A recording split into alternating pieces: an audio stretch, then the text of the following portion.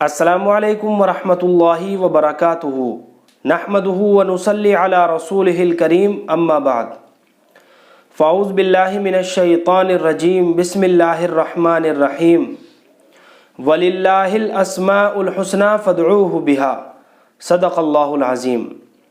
محترم ناظرین حضرات، محمد عرفان صاحب ایک سوال کرتے ہیں، کہتے ہیں السلام علیکم ورحمۃ اللہ وبرکاتہ۔ وعلیکم السلام ورحمۃ اللہ وبرکاتہ۔ محمد عرفان صاحب معلوم کرتے ہیں فیض نام رکھنا کیسا ہے اور اس نام کے معنی کیا ہے، تفصیل بیان کیجیے۔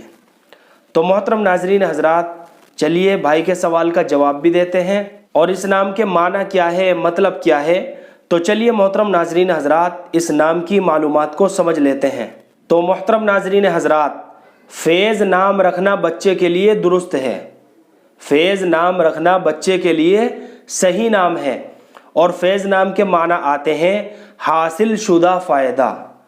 فیض نام کے معنی ہے حاصل کیا ہوا فائدہ، اور ایک اس نام کے معنی آتے ہیں سیرابی، یعنی سیراب کرنا، فائدہ پہنچانا، فیض پہنچانا، اور ایک اس نام کے معنی آتے ہیں عنایت۔ تو لڑکوں کے لیے معنی کے اعتبار سے فیض نام اچھا ہے، اور آپ اس نام کے آگے اور بعد میں محمد یا احمد بھی لگا سکتے ہیں برکت کے لیے، جیسے محمد فیض یا فیض احمد۔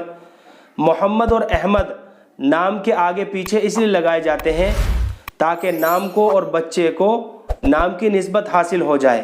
تو فیض نام بہت اچھا نام ہے، معنی کے اعتبار سے بچے کا یہ نام رکھا جا سکتا ہے۔